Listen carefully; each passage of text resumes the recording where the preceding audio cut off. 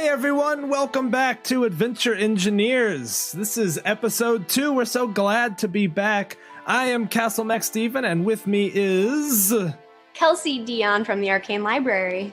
Woo! And tonight we are going to talk about a lot of different things. The premise of this show was essentially started, I'm a DM, been DMing for a long time, and Kelsey writes, not only does she DM, and from what I hear, very expertly, but also writes, in my humble opinion, the best D&D adventures available on the entirety of the interweb. So we thought it would be really fun to have a team up where we could talk about stuff from the point of view of both DMs and authors.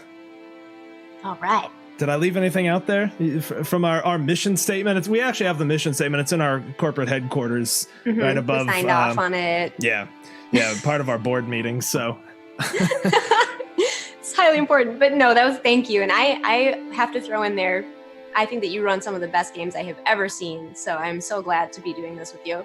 Well, thank you. It's super fun. I can't wait. And tonight we're going to talk about a couple of things. We've got a couple of kind of topics that were left undiscussed from last episode that we're gonna dive in on just a little bit. We're then actually going to give some player tips, and I think player tips. If I were to think of like a clickbait title for that, it'd be like the top 17 player tips your DM wants you to know, or something like that. Because essentially, while we approach this from a DM and authorship standpoint, if you follow me on Twitter anywhere, you've seen me or heard me rant that players often seems like they get away scot-free, but everyone has a role at the table to make sure everyone's having fun. And so everyone's an adventure engineer. It's true. And I think we were talking about this actually outside of even this context here with adventure engineers, but I think it's super true that players really make the game ultimately. Like, right. If you have an excellent DM, but players who maybe aren't, pulling their weight, it's going to be a rough game. So, right. Whereas on the other hand, you could have maybe a less experienced DM, but if you have really strong players, you're going to have a great game. So they're the core of, what we do.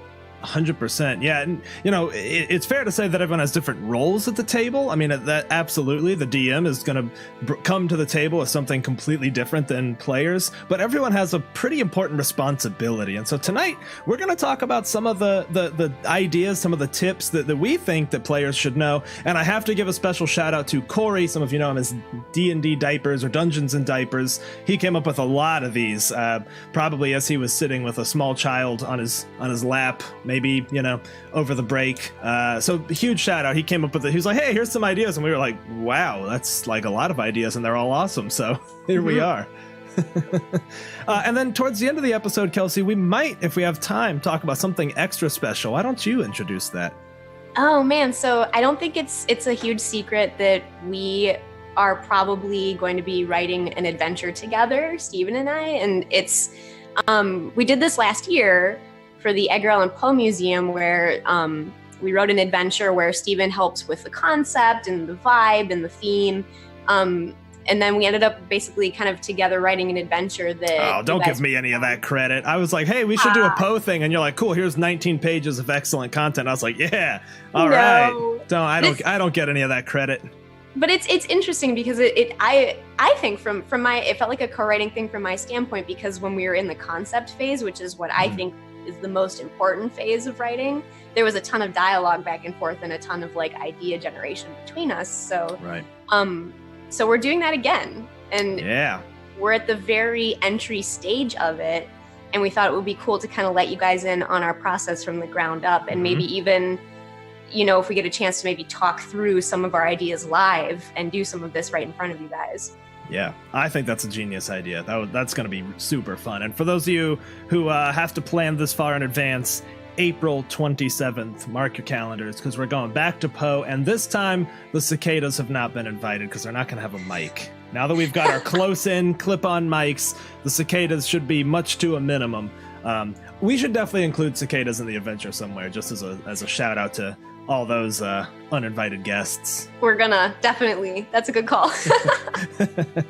Cool. So we'll dive in on some topics, but chat, if you guys are here, feel free to ask a question. We love that. We want this to be highly interactive, so don't hesitate. Ask a question. Even if it's off topic, just jump in. We're happy to discuss it. We'll do our best to keep up with everything that's going on. So All right, let's go ahead and kick this off. And let's see, Kelsey, I think this is a great question for you to get started with. When you're creating an adventure that you want to publish, what are the top 3 ways to get characters involved in the adventure? What do you think about when you know I've got to have a hook, right? What's the reason for players to care about this?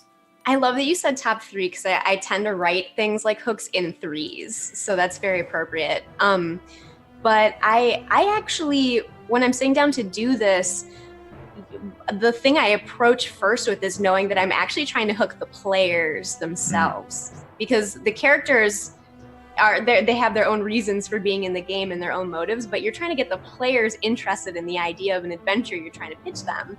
And so I actually do this in a very specific way. I try to appeal to 3 sort of general concepts that we know hook players of different types. And so I think about players who are motivated by reward. So like, here's some money, or here's a cool magic item, or here's even like a cool title that you're gonna like find some player side like reward in. And then we think about players who are more intrigued by the idea of heroism. Like, they're there because they want to play a heroic character who does cool deeds and memorable things. Right. And then we have the third character, or player, I should say, who I don't know if this is maybe the rarest player, it maybe not, but the person who's motivated by discovery. So they're at the game because they want to be surprised, they want to explore, they want to find the answer to a mystery or an unsolved question. Right. So when I'm writing hooks, I try to create one that very specifically appeals to each of those 3 things. That's interesting, and this is a little bit divergent as a response to that, because, what is it that they say are the 3 pillars of D&D? It's like combat, social interaction, and exploration, and those almost tie to those, right? Like, reward is somewhat out of combat.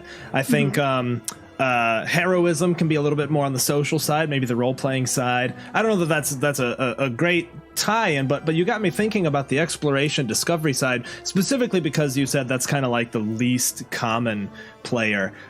This is a complete 90-degree pivot, but I think it's worth talking about.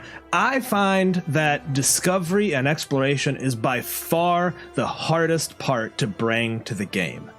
What do you think about that? Like, it's just hard to get people to feel wonder, to view things maybe even the way the first time they do when they play D&D, right? That sort of sense of immense wonder. Like, now I could describe anything. Like, you see a city that's 45,000 miles long and descends from the heavens on gossamer strands, and people will be like, cool.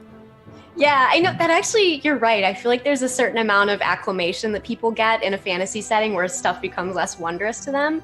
And that's so funny. Like, how do you approach that then? How do you give people that same spark? And I think, at least in the writing side, it ultimately comes back to making sure that the players care why something is wondrous. Like, the deserts of Athos are terrible and cruel, and that matters to you because you're going to die in them if you so like, they have to not just passively experience the wonder, but it's actually going to matter to them, and it's going to impact them in some way. That's a really good point. Make it felt rather than described.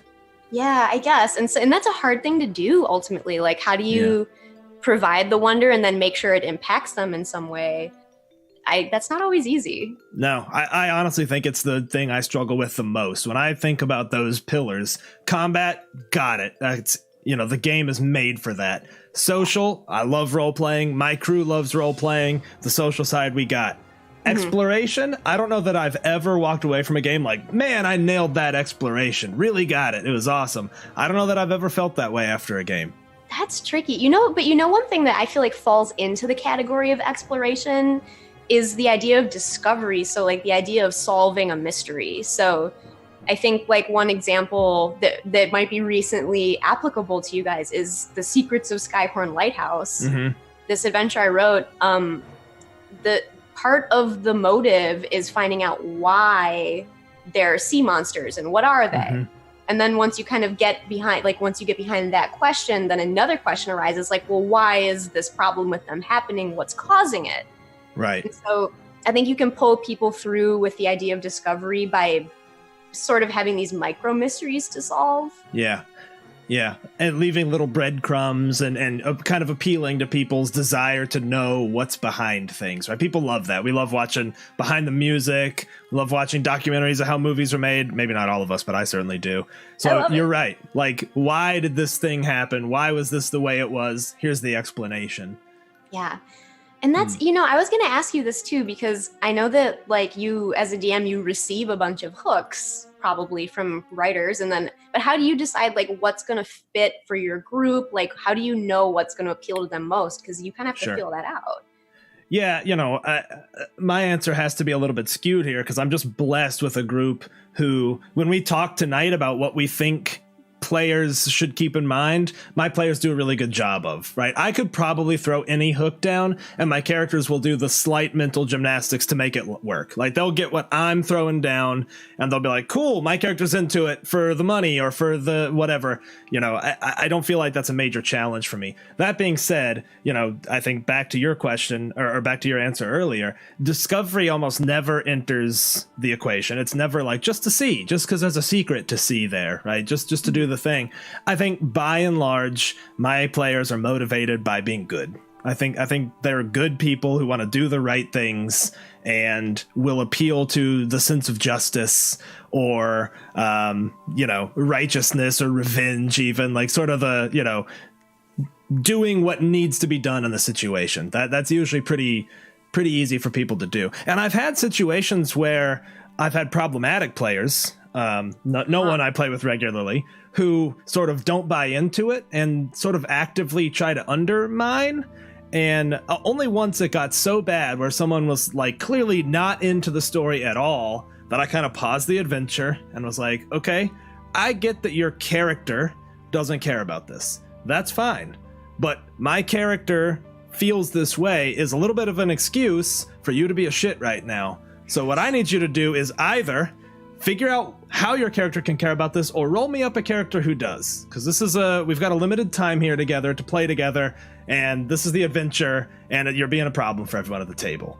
Right? So only once that ever happened, as Lydia, who's in the chat, can attest to. And honestly, it worked. Like, after that, we took a little break, came back with a new character, and we drove through it. But typically I don't have that problem. It's let's do the right thing, or here's the situation, your characters are here to do this, and we can kind of work on it together. How about you? You ever had problems with characters biting the hook?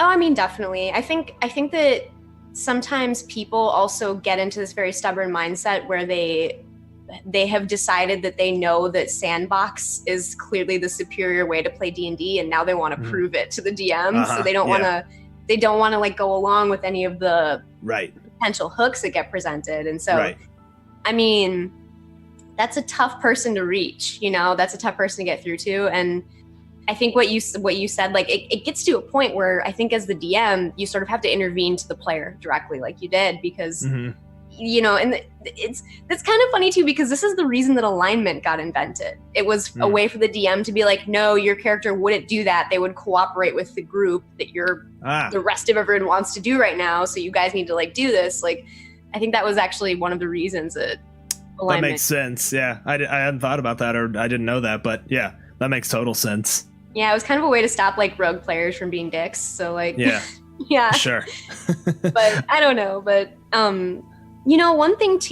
one thing about hooks is that if you give the players a reason to hate the enemy before you present a hook, or a reason to be mad, that's actually really useful. So I'll start my adventures off a lot of the time before presenting hooks by like having them get attacked by the enemy, or having them see something really terrible happen caused by the bad guy. And then it kind of, especially to the characters who like the players who like heroism, it really pushes them into wanting to take action. Right. Make it personal and follow the golden rule of show, don't tell. It's not, hey, this guy is evil, witness them being evil, right? So now the players are like, oh man, that guy, nah, we're gonna get to the bottom of that.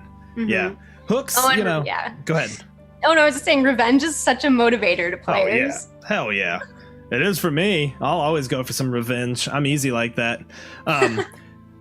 Jeff Overdog in the chat brings up a good point. The character backstories can drive adventures and create, and Jeff does a wonderful job of this. He's maybe one of the best DMs I've played for in terms of this, where he will drive on a backstory for you, even for a one shot. He'll come up with a very rich backstory and sort of work together, and so you're set right into something that already feels in motion, which is really fun. It kind of takes the guesswork out. But a lot of times I don't do that coming into one shots. I'll be like, cool, tell me about your character. Okay, great. Here's why they're here, kind of off the cuff. So that's why I have to trust the people to kind of get on board with it. Yes, but I've seen you do this too, because in your long-term campaigns, I've seen you incorporate one-shots where you do weave in some backstory from the players in just such an elegant way. Like, I know you did that with Treaty of the Tiger King, where you had some NPCs that were appearing in the overworld that were... Actually, you even managed to... You kind of shifted some of the adventure to be more specifically including NPCs from your game, like the Castellanters. Yep. Yeah, and that's just, keeping it relevant and keeping everything sort of sticky, the main plot being kind of gluing on those aspects of it, which did work really well in that case. That was a great adventure, by the way, and I think the players loved it, and King Raimi will be a continued, at least friend of theirs from a distance. Oh, you guys did such an awesome job playing and running it. I was worried because I feel like that adventure has a lot of complexity and like a lot of NPCs to juggle. Yeah. So if there was ever an adventure I was like worried about putting out into the world, it was that one. And I was like, you guys killed it. You did so well running it. You made me look smart. I was like, thank you. No, it was super fun. I cut down a little on the number of NPCs only because we have this. I keep a spreadsheet, right? I'm a data geek, so DMing to me might as well just be different data points. And so I keep this spreadsheet of people, of NPCs they've met. And our Waterdeep Dragon Heist one is up to like, I don't know, 54 NPCs at this point or something. So I'm like, I can't keep throwing names out. So I kind of shrunk the dinner and stuff like that. But I mean, by and large, we ran it as written. It was awesome. Yeah, that's so funny. I was going to ask you about, like, you bring up a good point, like your notes about your NPCs. Mm-hmm. I find that that's actually one of the most difficult, like, I don't want to call it a chore, but like housekeeping things as a DM is keeping track of all of your NPCs. So here, I'm going to pull up my spreadsheet right now. It's the Dramatis Personae, which my friend Luke coined. I'm sure that's from something. What is it, like a list of players in an old like play or something? I don't know. I feel like I've seen that somewhere. I feel like yeah. So here's all I track on this, and I share it. It's just a Google Doc that I share with everyone. I've got the character's name, the DM RP reminder, because now that we're, and I just looked, we're 51 characters deep. I just have to remember, like, what was their accent, or, how did they carry themselves? What was their cadence? So just a quick little DM reminder, physical description, what faction they belong to, notes, and the last time the player's seen them. And then I color code the rows based on, were they friendly? Were they neutral? Were they hostile?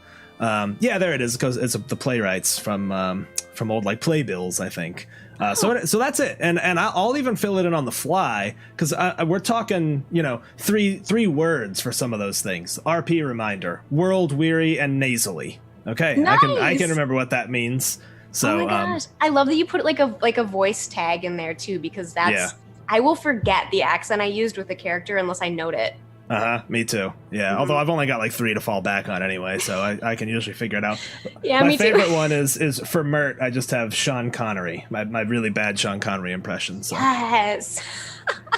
Okay, there is a question from Billy, who's Zeppelin224, and he said, as a writer, where do you find the inspiration for an adventure? Do you start with the D&D aspect of the story?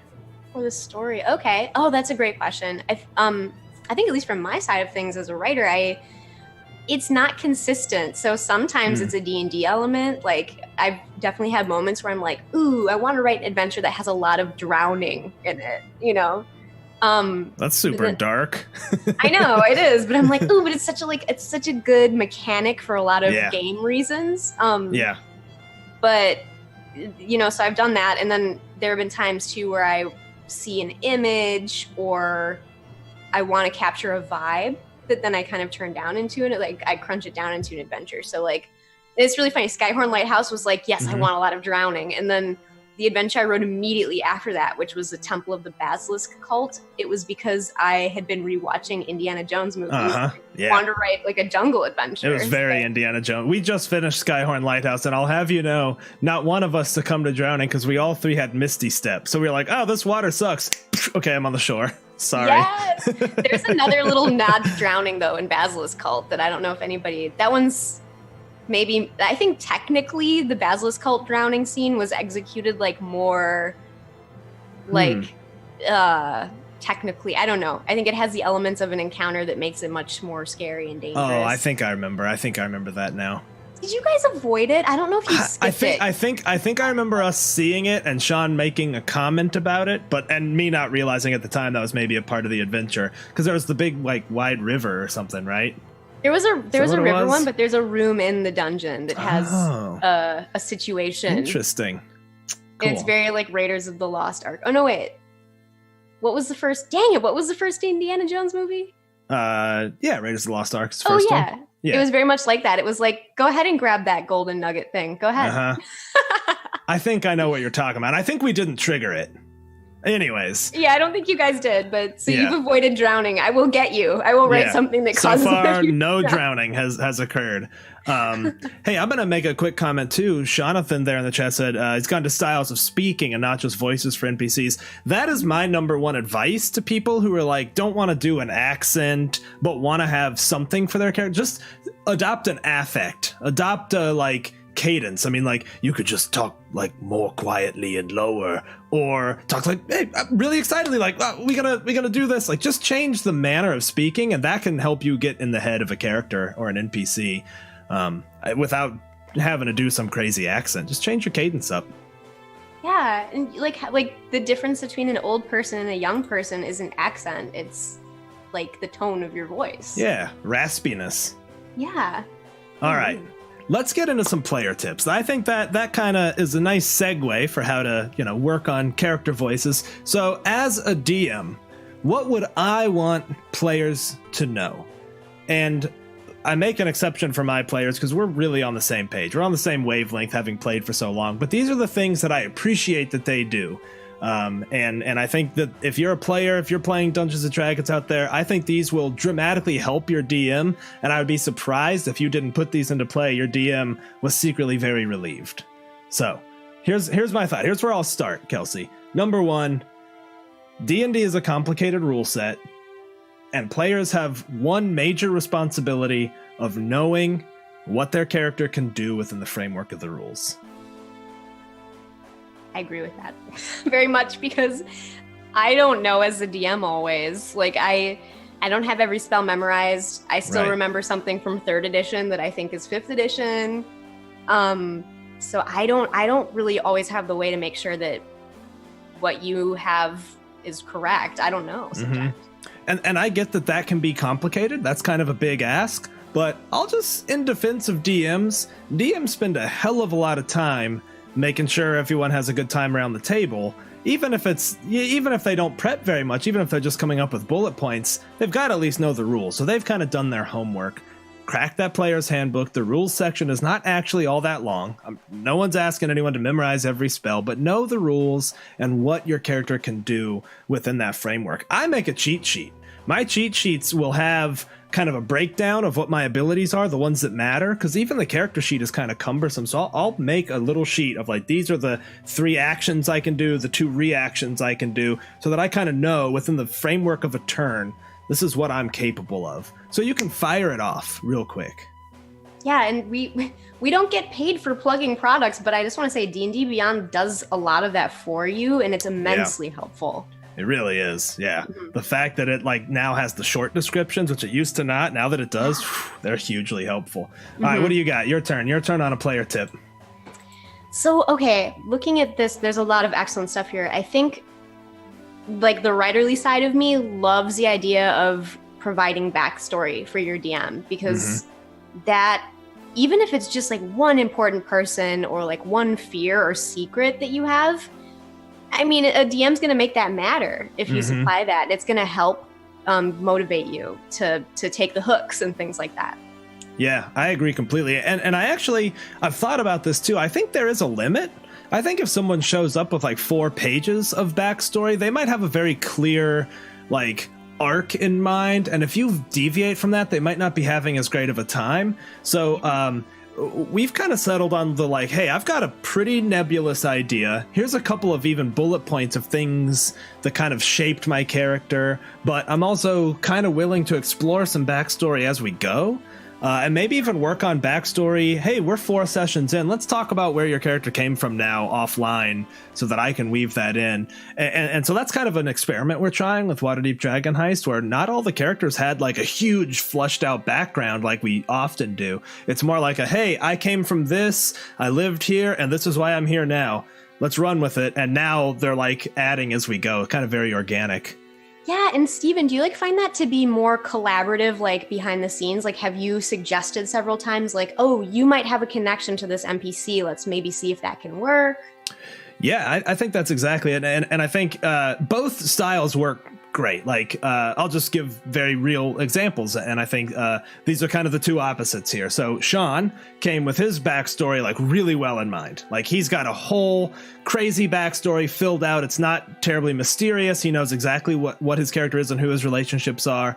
And that has worked swimmingly because I've been able to like weave in kind of the narrative that he was excited about and that I obviously got excited about from reading the backstory. And on the flip side, his wife Raven was like, hey, my character was like raised on a ship and knows nothing about her family. Let's roll. And so like there's almost nothing there, but over time we've worked together and she's trusted me to even throw things at her so it can be a surprise to her that she rolls with really well. So it's very much 2 different extremes and both are super fun.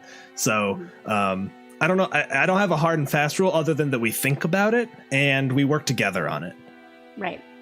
And that there's that unspoken, and maybe this slots in above everything we're saying, but there is sort of that unspoken, what is it called? Like the contract that you have with the players, like the agreement that you guys are going to be cooperative. That's like number one, you know? Right. Yeah. And when it comes down to it, everything we're talking about here is just being cooperative and communicative with the DM, right? Yeah. That's all it is. It's very true. I agree with Gidra. Says it's hard to write long backstories for level 1 characters because why would they still be level 1? And I think that's always a good question. Very true. They can be kind of nobodies still. Yeah. Your story is yet to come when you're level 1. Right. Yeah, and I think for NPCs, you don't need anything in depth. We talked about how I love how you present NPCs, and last episode we talked about the 3 things you focus on: the what they do, just like showing, not telling.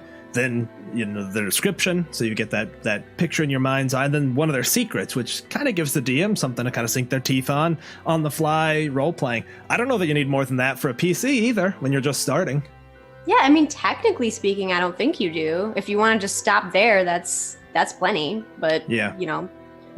Here's what I think is actually more important. Sean and I were talking about this the other night. What I think is more important than coming up with a robust backstory is coming up with an affect. Like figuring out, how is my character going to react to things? And that's, in my opinion, can and should be the major focus of a session 0. Not my character comes from this and they were a son of a noble or whatever. Instead, it should be like, hey, my character hates authority. So just so we know, like we can all kind of mentally prepare for that. And my character is really kind of stingy. Like really doesn't want to spend gold on anything. Like think about all those kind of personality quirks and traits that people can then work to either work together or be prepared for opposition to make sure it doesn't derail something. Like, you can be like, oh, cool. So your character, here's an example in our Waterdeep game. Lydia's character Enid is like, I'm going to be super trusting and want to be friends with everyone. And so Sean was like, cool. Whistler is going to be the opposite of that and also know that that's something about you and use that a little bit, not necessarily to manipulate you, but to use that to his advantage if he needs you to do something. And so they've played that off each other really well, where she's just like, I love everybody. And he's like, yeah, you definitely shouldn't love everybody, but you should love this guy we're trying to work with over here. And so that's, that worked out in a session 0, which really worked well. Yeah.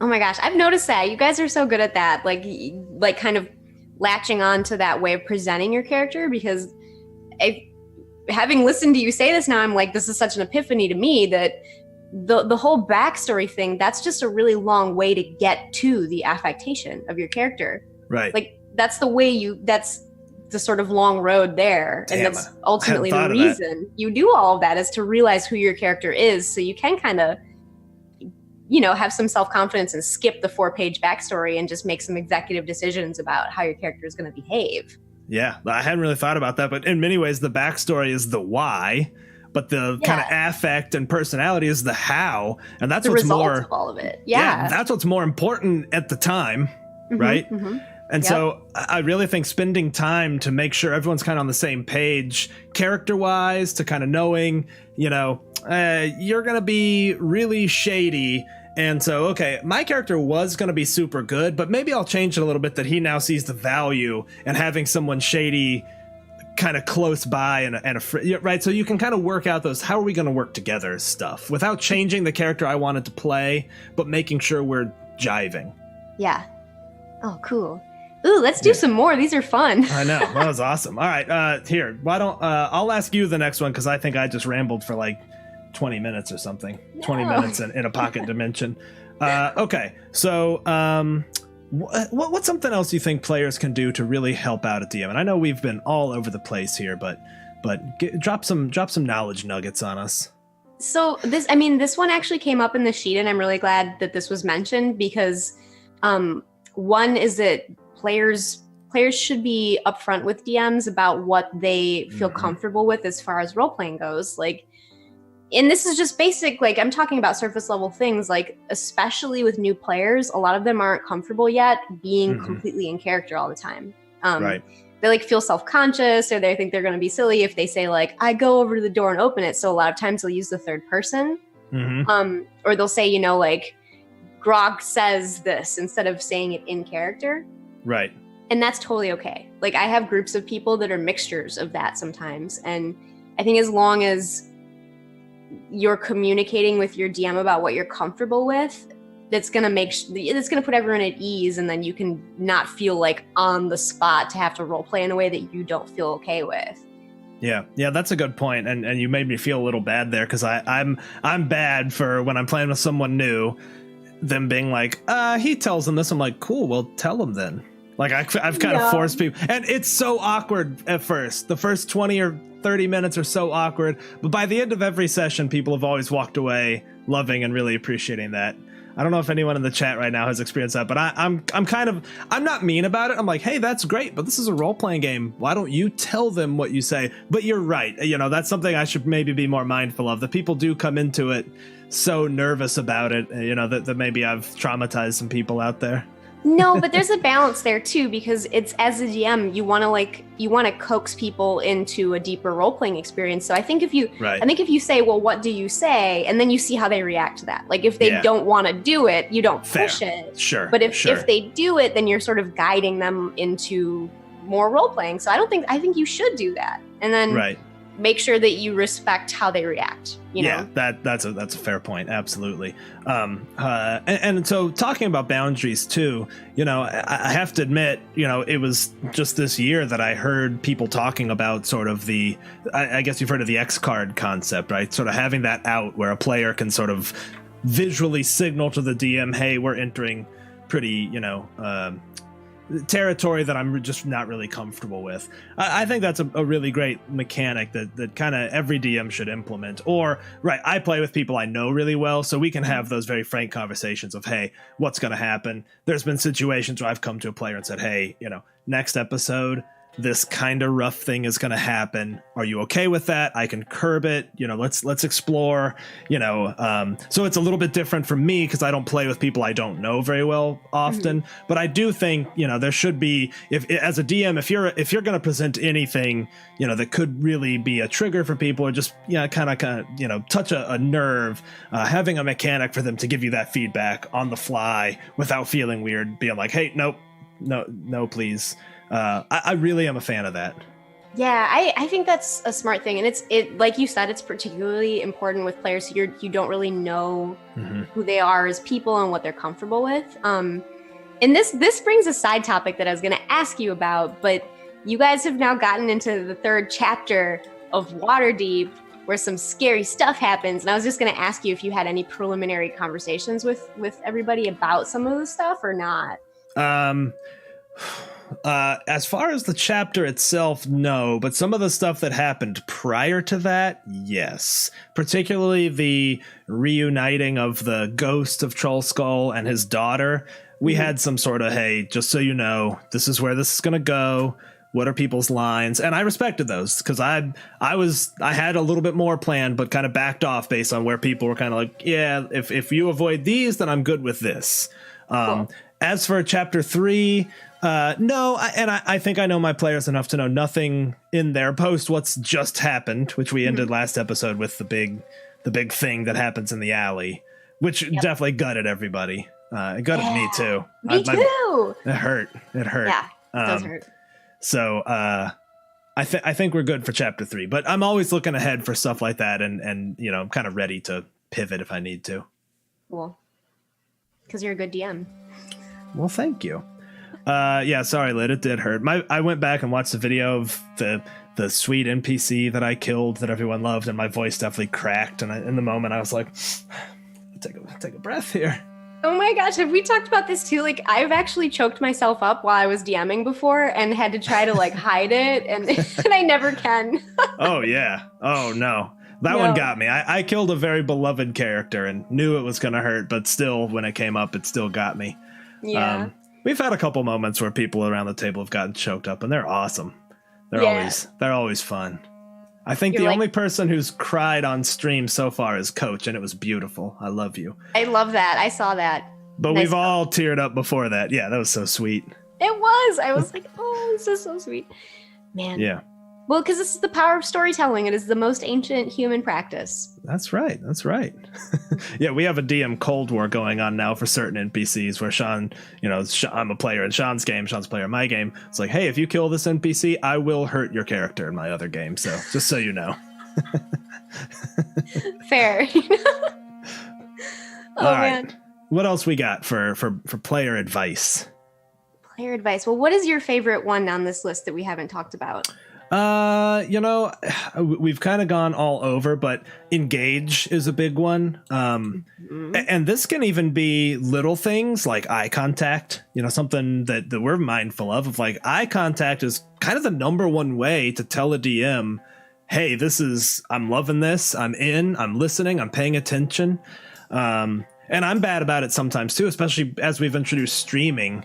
You know, I keep an eye on the chat, and I kind of wish I didn't have to, and I probably could tone it down more than I do, you know, and it kind of becomes this, you know, frankly kind of distracting thing, and it sucks because when you go back and see like someone was talking and I was looking at my screen, I know that it sucks. And so for the most part, we've banned electronics at the table. We only make very minor exceptions, especially players who have a lot of spells and are using D&D Beyond. But we really, we don't use electronics at the table much. Just because, the human tendency to look at it and do, you know, whatever, even looking through your spells or planning for your attack action or figuring out what spell you can use, you know, in the coming minutes. But as a DM, it saps my energy when people aren't looking at me. I absolutely agree with that. The phone thing, I mean, it seems so obvious, but when you have your phone there, it's sort of a subconscious impulse to look at it. I don't even think people actively think, I'm going to disengage and look at my phone now. I think it just kind of happens. And I just have to put my phone away when I play because I know I'll want to check it during the game if I don't. As a DM, you know, so which would be terrible.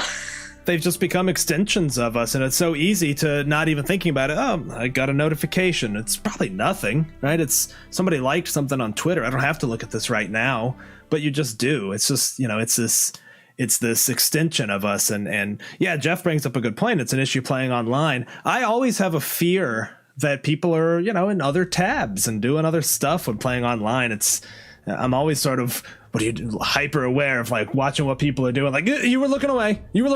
Look here. I know. You know what's so interesting? I just was hearing some folks talking about this. So it's because I know a DM who runs a lot of games on Roll20, and he was talking about something called the campfire effect, where people who are sitting around each other or playing something with each other want something to look at in front of them as sort of a way to pull their attention away from just staring at each other the whole time, which actually is kind of unnatural if you're just like staring at someone the whole time. Right. So he calls it this thing called the campfire effect, and he sort of tries to provide either something interesting like scenery or something to look at in the middle of the table, or on Roll20 he actually tries to get some pretty cool maps that people can look at or inspect like while they're, maybe it's not their turn or something. And I just thought it was interesting because it kind of goes back to the whole idea that when people were socializing, they were usually sitting around either food or a campfire, and that was the central thing that they were looking at. That's awesome. I hadn't really thought about that, but yeah, that makes total sense. Yeah, so who knows? That's neat. Distract people with a campfire. Yeah. Just you light something on fire. Jingle on the your shiny keys. Hey, look here, look here, look here. Yep. Yeah, so Jeff and some other folks have said some things here. Not talking over people. That's a hard one. Especially when people are excited, right? And again, this is something I specifically have to give thanks to my players. They let me get evil monologues out. It's never like, okay, I interrupt him and shoot an arrow at him. Like, no. This is about the story. This is about the narrative. You know, let's go with the monologue, and then you get to punish them and destroy them, right? Love that. Throw a shout out RPG Mainframe in the chat. It was his idea, the campfire effect. That's awesome. Hank Hammer. So oh, fantastic. I believe cool. that is. I think that might be him, but it was, yeah, that was his idea. So cool. Awesome. Yeah, it's genius. I hadn't heard of that, but it makes total sense. Also from Jeff, keeping jokes to a minimum. That can be hard. I know I'm bad at it. I have to bite my tongue to avoid saying things that we all do. That can very much be sort of the agreed upon. What's the tone of this, right? What's the mood of this game? Strahd, it can be pretty inappropriate to drop a lot of jokes if you're trying to get the horror theme. But when we're doing our Kobold games, it's like chaos and embrace everything. So I think there is a little bit of a, what are the boundaries here, and are we all going to make sure we're respecting it? Yeah, and it's not like you're going for a humorless game. Like sometimes like a joke in the right moment can break like uncomfortable tension, or like I know that it maybe was it in the intro to Strahd, they said embrace humor because it helps people kind of deal with the horror that's implicit in this setting sometimes. Right. But like if the DM is trying to get something serious across and then you throw a joke out there that just shatters the tone that was just set, that's like not so cool. Yeah, that's a quick way to like sap my energy. I often think about things of like, as a DM, I've got an energy level, and there are things that add to and things that take away from that. And getting cut off when you're describing something, particularly if you're answering someone's question and someone cuts you off, like that immediately, I'm like, okay, like that starts to sap my energy. I also think the way you joke in RPGs can be important, and we're all guilty of out of character jokes, and we have good goofs out of character jokes. I mean, I hit Raven with a picture of a gnome the other night, and we all like lost our mind laughing. That's the #1 trending clip on Twitch right now for Dungeons and Dragons, so y'all should check it out. It's really funny. But for the most part, I love in character jokes. Like if a character tells a joke that makes sense and it's not anachronistic, it's not like a meme or something, I'm all for that, because humans do crack jokes. Players, characters should crack jokes. It's out of character jokes that sometimes more have the tendency to kind of sap energy, but that all kind of depends on the mood and how everyone's doing and what's going on in the game at the time.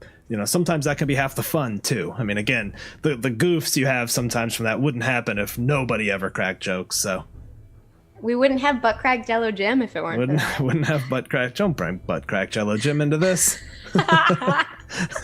He's my favorite. No, that was so funny. Oh man, that was pretty good. That was I'm good. Just glad I got to be there for that when that happened. Almost had to pause for that goof. Oh my god, that got us. It's a good one. Okay, so we've been all over the place. We've talked about character do's, character don'ts. We've really only got a couple of minutes here left. We are going to try to wrap up right at 10:30. So let me present to the audience, is there anything else you guys want to hear us talk about? Please feel free to ask any other questions. You guys have been awesome so far. I'm going to talk about one of my pet peeves, Kelsey, and this ties back into an ongoing conversation you and I have had pretty much from the moment you got off the train in Richmond, which is the stigma against railroading and the love of the concept of sandbox, and particularly what I want to talk about here is players deliberately trying to derail the story. And you talked about that a little bit earlier too. How have you handled that? If a player is deliberately trying to derail the story? Oh my gosh. I mean, that can happen in so many ways that I don't even know if there's a catch-all way to fix it. But usually the first couple times they try to do it, I'll let the group itself kind of be like, no, Grog, we're going here, and like try and let them try to convince the player. Because peer pressure can definitely have a lot of effect. But then if you have to intervene as the DM, there are some times where I'll start to gently meta a little bit. I'll be like, that's cool, but I think that the group is headed this way. So if you want to do that too, otherwise you can go sit at the tavern while they go on an adventure, That's pretty good. That's good. And Wiley, I know, this is a conversation that could take up the rest of the evening and more, I just think in general, the conversation is that railroading is bad and sandbox is good. And I know that's like super broad, but I think Kelsey and I kind of agree that, hey, a narrative is really important. Not that you should take away the power of players or the ability for players to kind of go their way or explore their backstory, explore their relationships. But, railroading, it can be helpful. I mean, having a story clearly laid out for people, that a skeleton, a framework that they can latch onto is, I don't know. It's really beneficial, and sandbox can be really hard too. Sandbox is a lot harder for DMs to have the emotional payoffs. Oh, here I am waxing philosophical about sandboxes and why this means. No, what is it? All sandbox means is essentially, here's the world. What do you want to do? Yes. Right. Which is cool. But I think that the issue in like what you said, people equate railroad to bad, but what's actually bad is lack of agency. So when you take away player agency, that is bad. And people for some reason have decided that railroad means that, but quite often that's not actually true. Right. So you have to inspect why people have suddenly made that decision to make that logical leap every single time they talk about railroading, because it's really false. Right. And I think that can be kind of the great hoodwinking of D&D, right? You can be like, yeah, this is a total sandbox. It's really not under the covers. Like whatever happens is still kind of going to go with more or less what I've prepared. Not that things can't change and be interacted with and really feel that it's been interacted with. But, the great lie of our generation is that a DM could present something as a sandbox, but really it's not a sandbox at all. Yeah, maybe you can just say that to appease the people who are mad about it not being one. For the better, though. I mean, having time to think about story arcs, right? I mean, you said it earlier. Storytelling is our oldest, form of communication, and stories have a structure. Mm-hmm. And to me, if you don't have a little bit of railroading, you don't get those payoffs. You don't have those moments of we've worked so hard for this and here's the payoff. Sandbox is, a roguelike game, which are fun and they can be fun for a while, but you might not get the same, level of narrative satisfaction. Yeah, I'm seeing people say this in the chat. Hank said this, that players who get a sandbox environment are often not as excited about it in the end, like because they're not getting a narrative arc necessarily. Maybe they're getting small ones, but to build one overall is so much harder. It almost can't happen sometimes. So. That's my sister calling me out on the great lie of our generation there. You're right. I might have exaggerated just a tiny bit. Okay. It is. This is like... We're trying to make clickbait, okay? We're trying to get people to click on this. Just kidding. Exactly. All right, so we've got about 7 minutes left. So what other tips do you have, Kelsey? What other tips for players that you as a DM, as an author, wish players knew or kept in mind when they're sitting around your table? This is an interesting one. I want veteran players to remember that the solution is not always throw a rope around it or throw a fireball at it. Like I saw a hilarious meme the other day that said that. They were like, option, put a rope around it or throw a fireball at it. And it's kind of true. Like I feel like veteran D&D players sort of get stuck in these solution paths that they have for the game. And I wish that I wish that we could bring players back to that kind of wide-eyed, like, how can I possibly approach this problem with the gear in my bag type situation? And I would love to see veteran players embracing that a bit more, and remembering to be creative in their approaches, even to just basic problems. I don't know. No, you're right. It's and fun. I'll be honest with you, that's something. So I bought hard into something called BFRPG. I forget the guy's name, but he's essentially made a modern version of like AD&D, but it's got a lot of kind of 5th edition polish to it. And it's super fun, and it's a whole different game. And I kind of forgot that in the old days, you didn't have much. So you used everything at your fingertips. Like, oh man, I've got these 3 things in my pack and I'm going to use this to solve this problem. I think part of that is that 5th edition right from the get-go gives you so many capabilities, so many extraordinary capabilities, that people kind of forget about those little things. Because I agree with you 100%, that doesn't happen as much, and I'm guilty of it too. I often don't think outside of the box, and I know some players who always surprise me with like, wow, that was awesome, how did you even think about that? But that was necessity is the mother of invention, and in the old days, like, you had to do that. Like, you would get to a door like, what are we gonna do? I don't know, what do you got in your pack? Exactly. And I think maybe we as DMs can help encourage or remind people that, like, you know, your bag of 10 pitons and a hammer could get you out of this situation. I just think that the idea of creative problem solving, presenting an interesting challenge is the responsibility of the DM, but finding an interesting solution, man, that's the players. Yeah. Like, go crazy, like, do something cool. I don't know. I like and you see it with new players. They're so creative about the way they solve things. And I wish that we could give that to veteran players too, bring them back to that a little bit. Yeah, no, you're totally right. And I know I'm guilty of that. I'm like, cool, let me look at my class abilities, and rarely tend to think outside of the box. That's so awesome. And when you're writing an adventure, how do you think about what you described as solution paths? How often do you think about the different ways people could solve a challenge?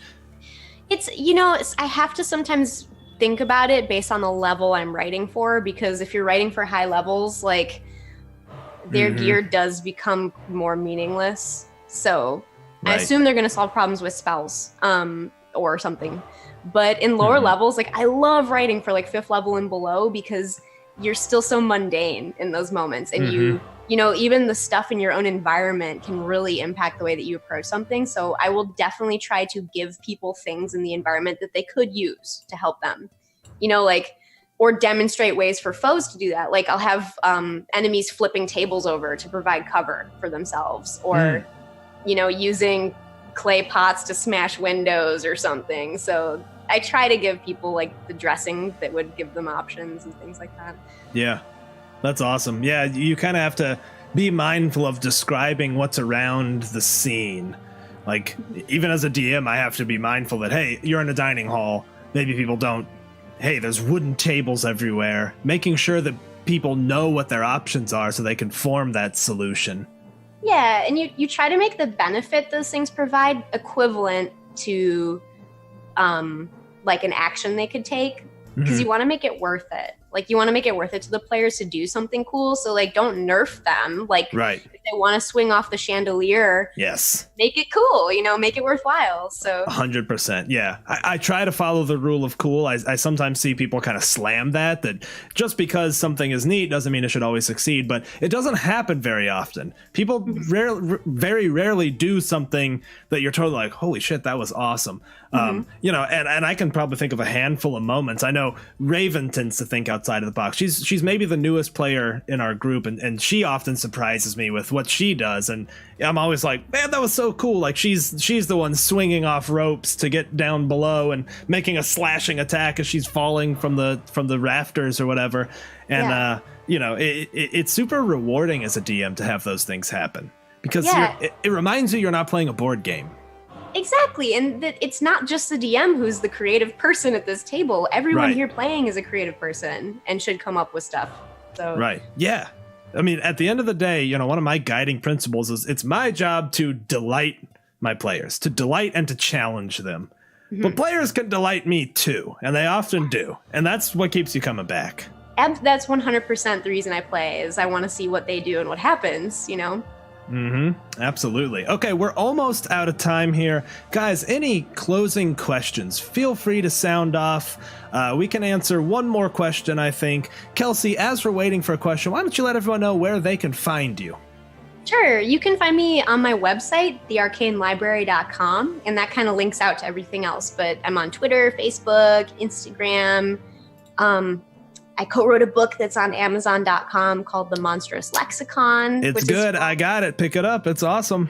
It's a fun one. I really made some fun lore in there. There's a new playable race that I designed that I love called the Gruleshi, and they're like elephant guys. And I really want to play one. I think they're fun. They're cool. They're cool. Lydia loves elephants, so she would be all over that.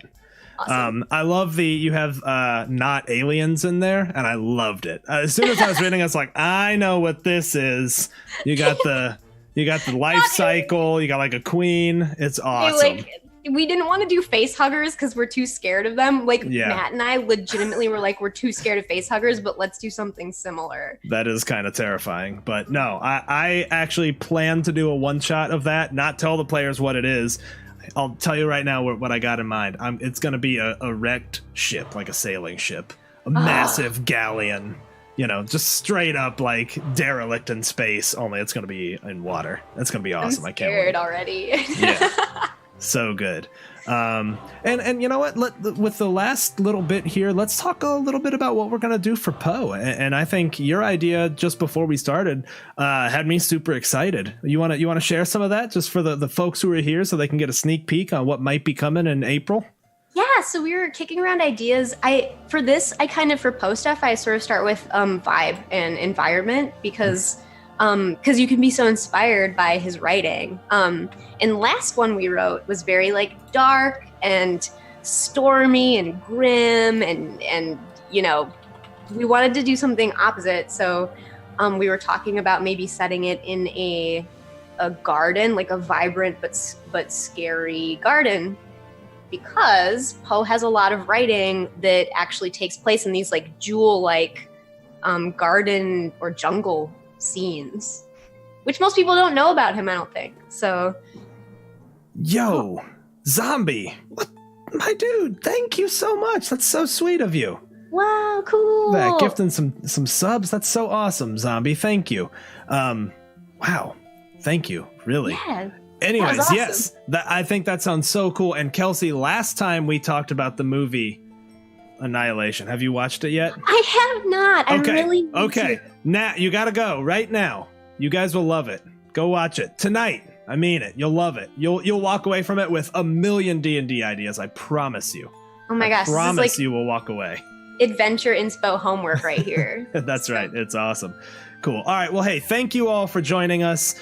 You can find us Sunday night, 7:30.